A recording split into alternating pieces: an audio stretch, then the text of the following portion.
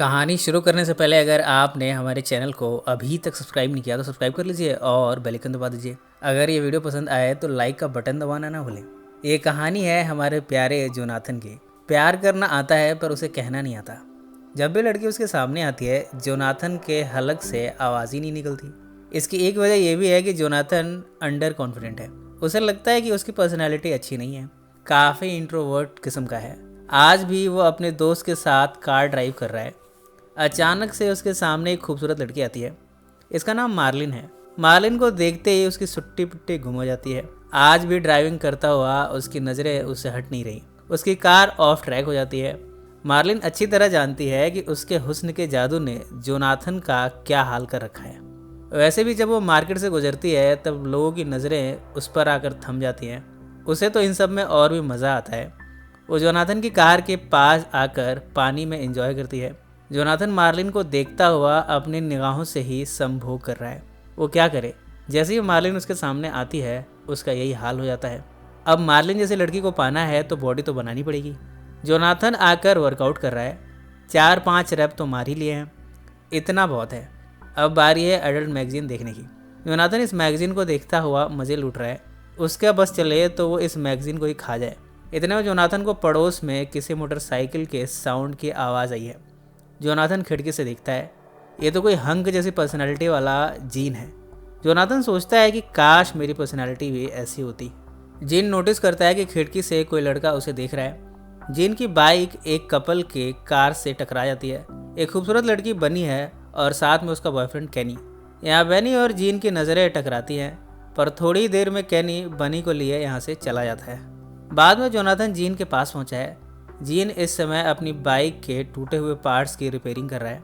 यहाँ दोनों एक दूसरे के बारे में जानना शुरू करते हैं। जीन ये नोटिस करता है कि जोनाथन काफ़ी शाई किस्म का है। उसे पूछता है कि क्या तुमने कभी किसी लड़की को पसंद भी किया है। जोनाथन अपनी दास्तां बताते हुए कहता है कि उसे अपने स्कूल की मार्लिन नाम की लड़की पसंद है, पर वो उसकी औकात से बाहर की चीज़ है। शाम को दोनों मेले में जाते हैं। यहाँ मार्लिन के साथ उसकी फ्रेंड है, ये चश्मिश लड़की रोज़ेल है। यहाँ व्हील घुमाया जाता है। नंबर के हिसाब से लड़कों को रोज़ेल और मार्लिन इनमें से किसी एक को किस करने का मौका मिलता है, पर यह जोनाथन की किस्मत ख़राब निकली। उसने व्हील घुमाया तो सही, पर उसके हिस्से रोज़ेल आई है। अब वो रोज़ेल के साथ चुंबन क्रिया करता है। जोनाथन को चश्मिश में कोई इंटरेस्ट नहीं है। दरअसल रोज़ेल जोनाथन को पसंद करती है, पर जोनाथन का दिल तो मार्लिन पर आकर अटका हुआ है। यहाँ जीन ने मार्लिन को किस करने की बैट जीती है। मार्लिन और जीन चुंबन क्रिया करते हैं। जोनाथन को ये नज़ारा कांटे की तरह चुभ रहा है। बाद में जोनाथन जीन से कहता है, तुम्हारा किस मेरे किस से 3 गुना लंबा था। जीन कहता है कि वो लड़कियों की फीलिंग्स हर्ट नहीं कर सकता। उसके पास 50 सेंट्स हैं। इससे वो एक और बेट खेलता है। इस बार उसने बनी को जीता है। अब बनी और जीन आपस में चुंबन क्रिया कर रहे हैं। ये किस तो पहले से भी लंबा है। कहने इस नज़ारे को देखता है, वो आग बबूला होता है। यहाँ जीन की बातों से पता चला है कि उसे बनी में इंटरेस्ट है, पर कबाब में हड्डी है कैनी। जीन जोनाथन से कहता है कि वो मार्लिन को पाने में उसकी हेल्प करेगा। इस तरह जीन और जोनाथन की दोस्ती बढ़ गई है। जब भी जीन बनी को कैनी के साथ देखता है उसके दिल पर छुरियाँ चल जाती हैं। जीन अब जोनाथन को लड़कियां पटाने के गुर सिखा रहा है। वो कहता है कि जब भी मार्लिन तुम्हारे पास आए उसकी आंखों में आंखें डालकर इतनी कॉन्फिडेंटली बात करो कि वो तुमसे इन्फ्लुएंस हुए बिना रह ना पाए। जैसे ही मार्लिन यहाँ आती है जोनाथन स्टाइल में खड़ा होता है, पर मार्लिन का आते ही वो गिर जाता है। मार्लिन उसे पूछती है, तुम ठीक तो? इसके बाद मार्लिन यहाँ से चली गई। जीन समझ गया कि जोनाथन को एक्सपर्ट बनाने में उसे काफ़ी मेहनत करनी पड़ेगी। अच्छी बात यह है कि सभी एक ही स्कूल में पढ़ते हैं और एक ही क्लास में। ऐसे में जोनाथन की मार्लिन से मुलाकातें होती रहती हैं। क्लास में टीचर पढ़ा रही है, पर जोनाथन की नज़रें मार्लिन के अंगों पर हैं। पेंसिल उठाने के बहाने वो नीचे झुकता है और फिर मार्लिन के अंगों को हवस भरी लोलुप निगाहों से देखता है। टीचर और बाकी स्टूडेंट समझ जाते हैं कि जोनाथन क्या कर रहा है। सब उसका मजाक उड़ाते हैं। टीचर उसे पनिशमेंट के रूप में खड़ा होने को कहती है। जोनाथन के अंगों में इस समय उफान है, उसके अंग खड़े हो गए हैं। ये सब देखकर टीचर बड़ी ऑकवर्ड होती है। अगली सुबह जीन ने जोनाथन को काफ़ी ट्रेन किया है मार्लिन से बात करने के लिए। जोनाथन साइकिल से बड़े स्टाइल में मार्लिन की तरफ जा रहा है, पर उसकी नज़र मार्लिन से हटी नहीं।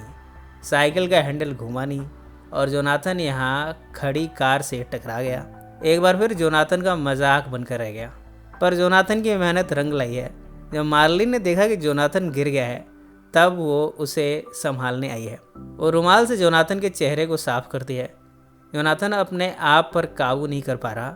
वो मार्लिन के स्तन को अपने हाथों से दबाता है। मार्लिन को भी ये सब अच्छा लगा है। इस तरह जोनाथन की गाड़ी निकल पड़ी है। ये खुशी वो जीन से शेयर कर रहा है। इतने में यहाँ पहुंची है बनी। अब जीन पहुंचा है बनी पर लाइन मारने। रोसेल इस रेस्टोरेंट में काम करती है। वो जोनाथन का ऑर्डर लाती है। वो बातों बातों में जोनाथन को इम्प्रेस करने की कोशिश करती है, पर जोनाथन पर तो मार्लिन का खुमार है। वो रोसेल को ज़रा भी तवज्जो नहीं देता। यहाँ पहुंची है मार्लिन, पर वो जोनाथन की बजाय जीन में इंटरेस्ट ले रही है। यहाँ तक कि उसने जीन को सैटरडे नाइट पर बुलाया है डेट के लिए। बाद में जोनाथन जीन को डांटता है। जीन कहता है, फिक्र मत करो, मैं मार्लिन को टच भी नहीं करूँगा, वैसे भी मुझे बनी पसंद है।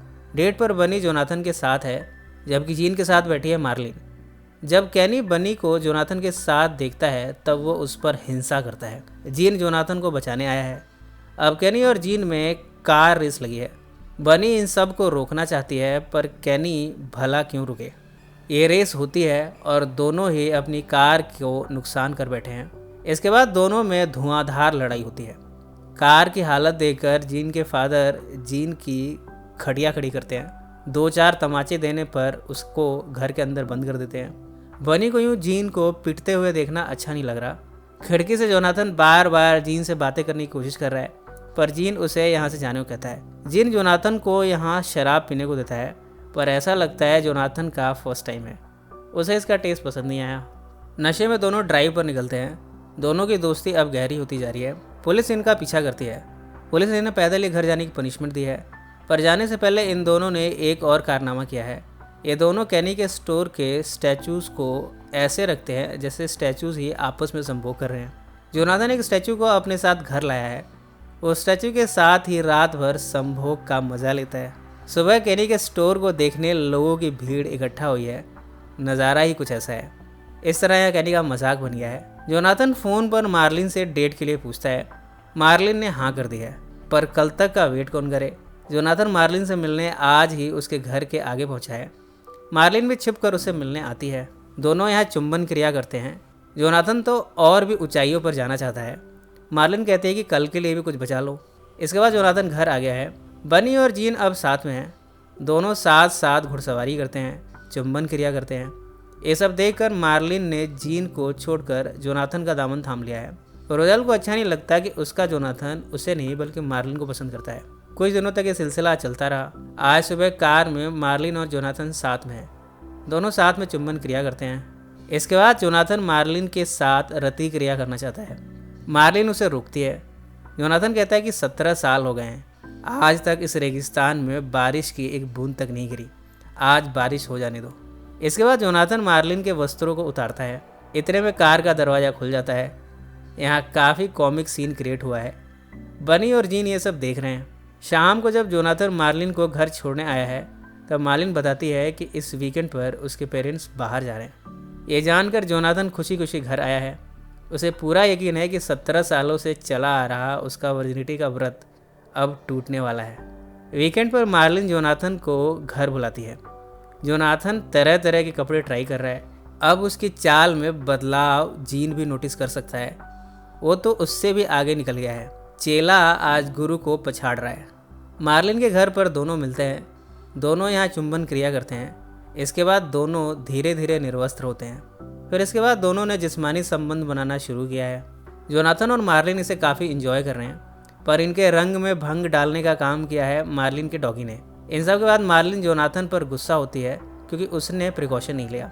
इतने में मार्लिन के पेरेंट्स यहाँ आ गए हैं। जब जोनाथन भाग रहा है तब मार्लिन की माँ ने उसे देख लिया। जोनाथन की पैंट उतर गई है। जैसे तैसे जोनाथन यहाँ से भागता है। जीन और बनी के बीच कुछ मनमुटाव हो गया है, पर जोनाथन और मार्लिन की अच्छी चल रही है। कैनी और जीन में बनी को लेकर फिर से लड़ाई हो गई है। जोनाथन भी इस लड़ाई को ज्वाइन करता है। इन सब की खबर जीन के फादर को लग गई है। वो उसे कहते हैं कि मैं तुम्हें यहाँ से दूर भेजने जा रहा हूँ। इधर जोनाथन और मार्लिन में भी लड़ाई हो गई है। दोनों की ट्यूनिंग नहीं मिल रही। जोनाथन मार्लिन से ब्रेकअप कर लेता है। प्रॉम नाइट पर जीन बनी को कैनी के साथ दिखता है। गुस्से में वो चला जाता है। बनी जीन की गलतफहमी दूर करने बाहर तक आती है। बाद में जोनाथन जीन को समझाता है कि बनी वाकई में उसकी केयर करती है।